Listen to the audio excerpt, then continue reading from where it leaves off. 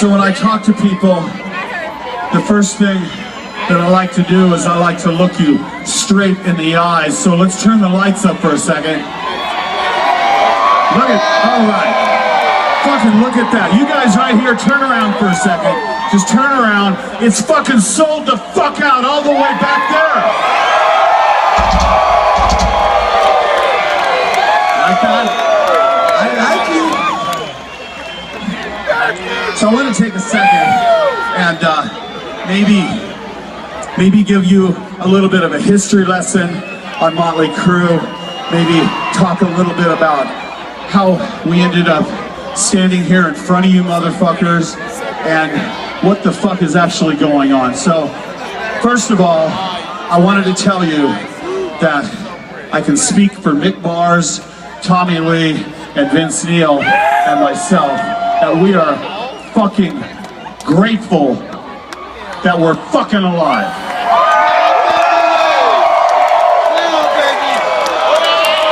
So I wanted to back up a second and go all the way back to 1981, because I believe absolutely, it's for certain, that everything in your life and everything in our lives happens because of a decision. Because you make up your mind to do something. Sometimes it's a bad decision, and sometimes it's a good decision. And I want to give you guys a little bit of a, like I told you, a history lesson. So to do that, let's all sit down for a second. It'll be like story time. I'll sit down with you.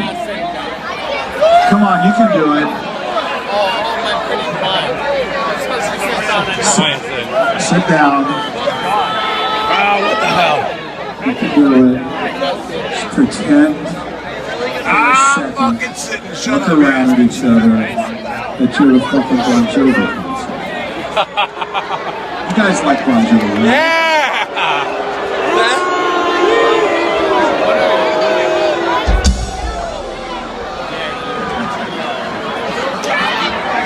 Of course you don't like Bon Jovi. Neither do we. They suck. Okay. Enough of that. So, I was a struggling musician. I was in Los Angeles, California. I had this band I was in, and I was determined to make a difference. But one day, I looked at my band and I thought, fuck, this is probably a bad idea, Nikki.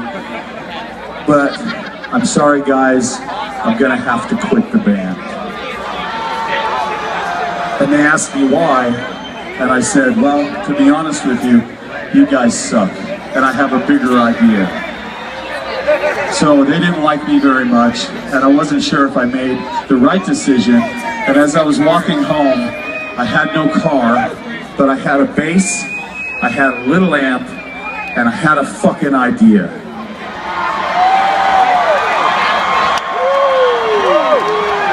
It was a simple idea. It was this. Was there 3 other guys in Los Angeles, California that wanted it as bad as I did? That wanted to reach into the fucking heart of the music industry and rip that fucking thing out and throw it on the fucking floor. That was my idea. But I had a problem. I didn't know any other musicians like me, nobody looked like me, and no one sure the fuck thought like me. And for some reason, I had an idea on a Thursday night to go to Hollywood, California, go to a club called the Starwood, and I walked through the door, and there he fucking was. It's like I can see him right there on the stage right now. He was crushing his fucking drums. He was 17 fucking years old. You know who that is? That is and was and forever will be the one and only Tommy Lee.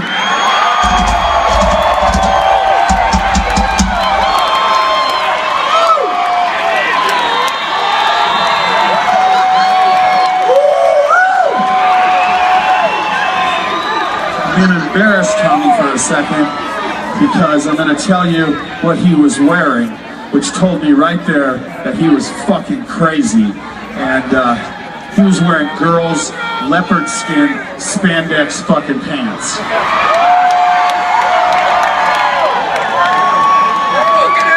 stolen from his sister. So we sit there on the floor and we talked about something that would change our lives forever. We talked about how much we fucking loved fucking heavy metal. And we talked about how much we love fucking punk rock mixed with heavy metal. And we loved all the bands that came out of the fucking 70s, like Elton John and David Bowie and Queen and the New York Dolls and Aerosmith. And as a matter of fucking fact, Alice fucking Cooper.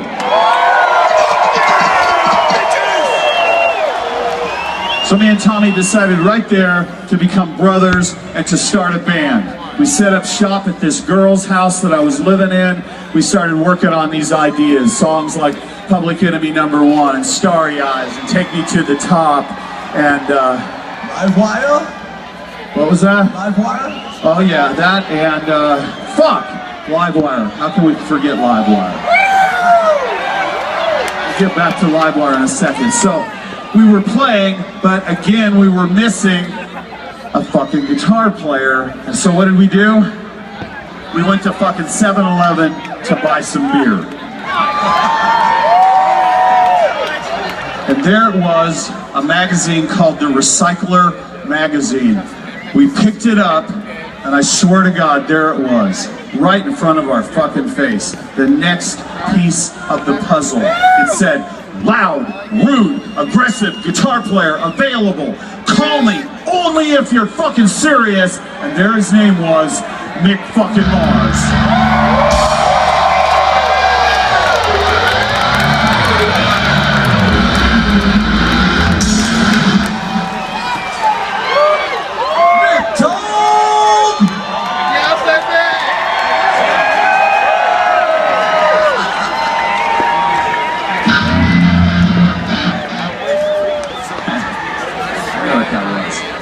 Okay, you guys gotta sit down. The story time's not over.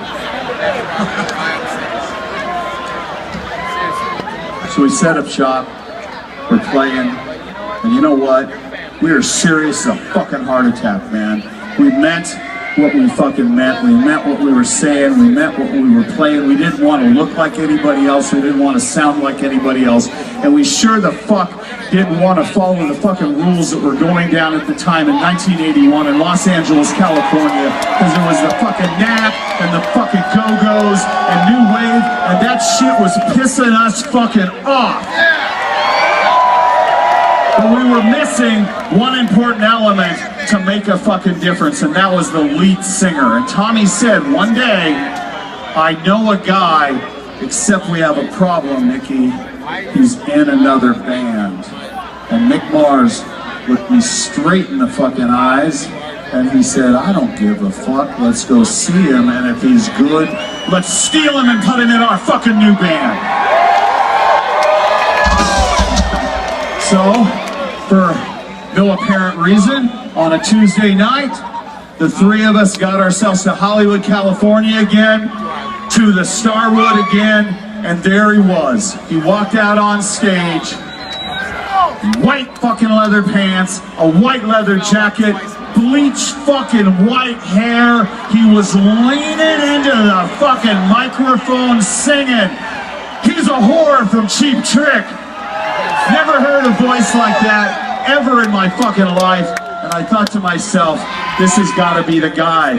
It's got to be the guy. I looked at Mick, I looked at Tommy, and then something happened.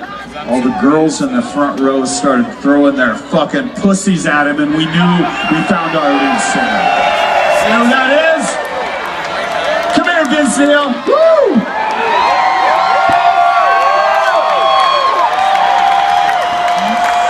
All right, so you get the idea. That's how we got together. But we had a long road in front of us. We had $26 to our name. We had one chance, just one fucking chance. One day, we set up in Burbank, California in a rehearsal space. And it went like this. And by the way, if it didn't work, you guys wouldn't be here right now, and we wouldn't be here right now. None of this fucking would be happening. This whole thing would be a fucking dream.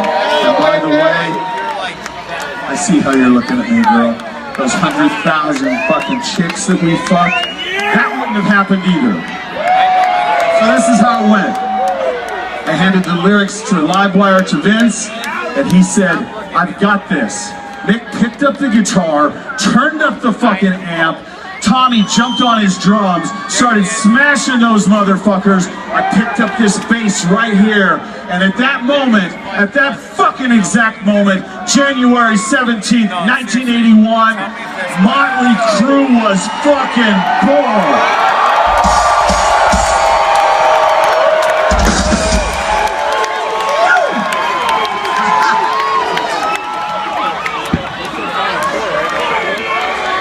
One last thing to say.